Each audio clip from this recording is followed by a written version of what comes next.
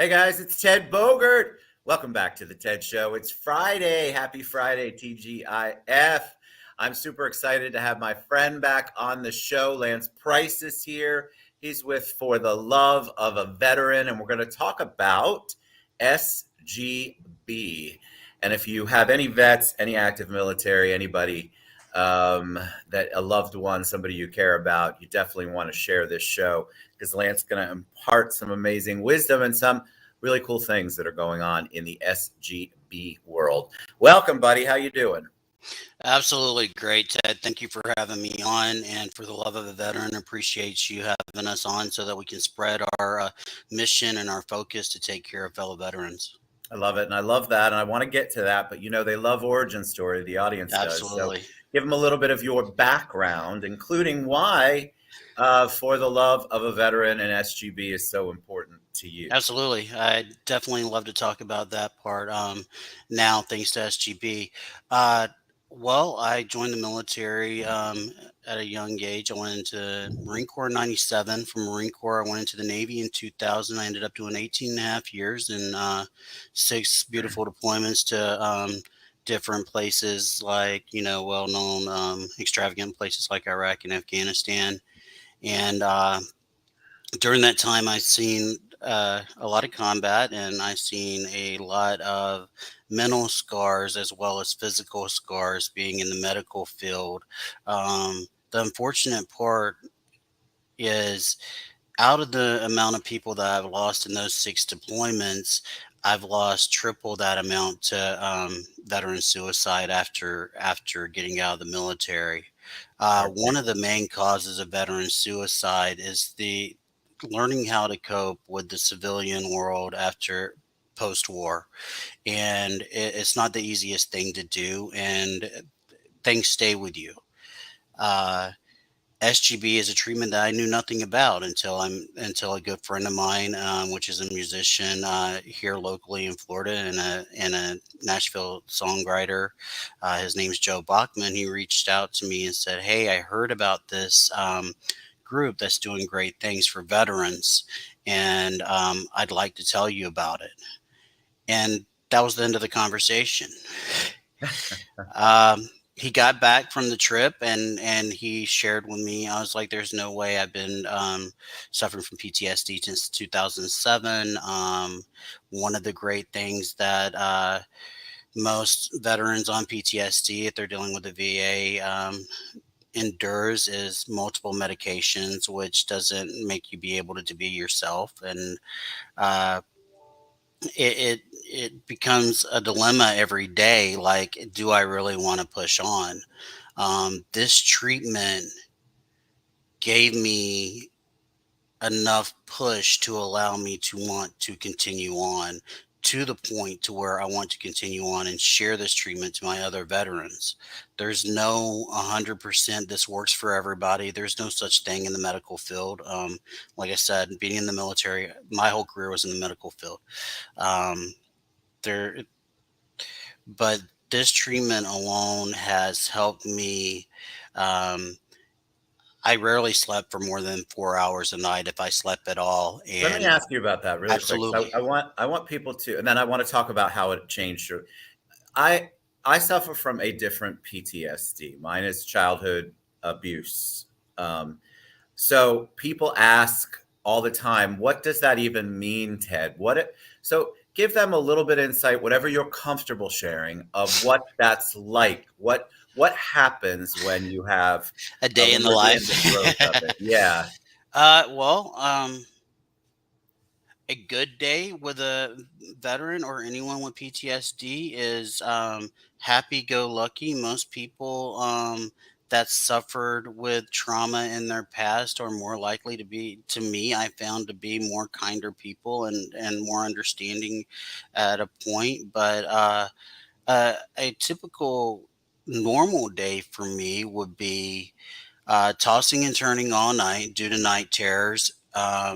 Not wanting to go to bed due to night terrors, because night terrors are just flashbacks that you have while you're asleep.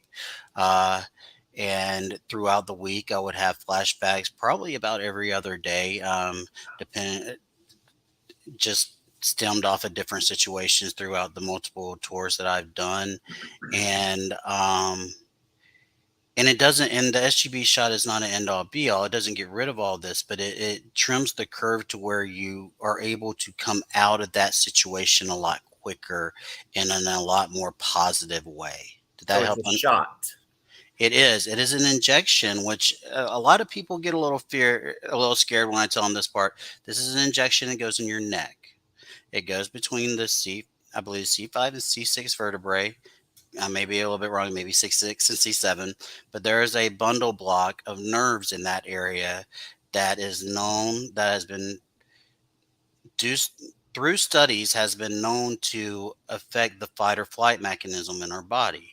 And what it's doing is doing a hard reset. They're using an anesthetic that is used just like for a shoulder block, um, for a procedure, and that anesthetic wears off within 6 hours, but it resets that nerve bundle during that 6 hours so that you have a more even playing field instead of being up at a high amped up mood that you're constantly out with PTSD. Yes. I find it fascinating because I told you before we went live, I tried to even Google SGB and I couldn't figure it out. So I only learned about what it was, guys and gals, a few minutes before we went live. But I'm fascinated because a lot of my friends who suffer from PTSD, the medication part is the part that just, they know they need it, but it makes them feel like they're You not can't be dealing with it in their yourself. You life. can't be you. You can't be you. Um, it's and it's mental health in general.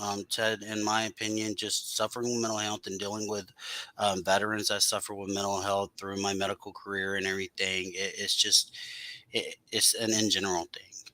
Yeah. So It's also like I know that the thing that you brought up about civilians, I want to ask you a question.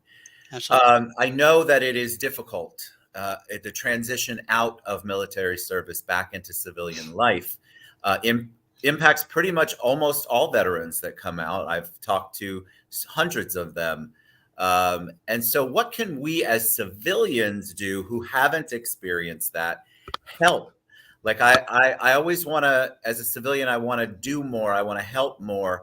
What can employers? What can family members? What should we know as people who didn't experience it?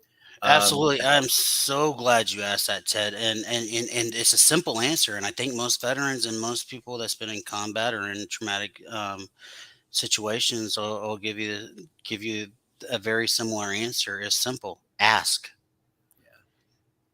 You don't know or can you'll never be able to understand a person without learning about them and about just asking them, well, okay, I understand you suffer with this, what causes it, because I mean just being able to explain that to friends and them understanding, then they can help you along whether they've dealt with military lifestyle or any traumatic event in their life or not. um, but the hardest thing that think people have today is just asking the question. It's just like being brought up as a youth. I teach my kids. I was taught as a kid, you know, the worst answer you can get is no. No one's going to get hurt. We're not in combat. It's just a question.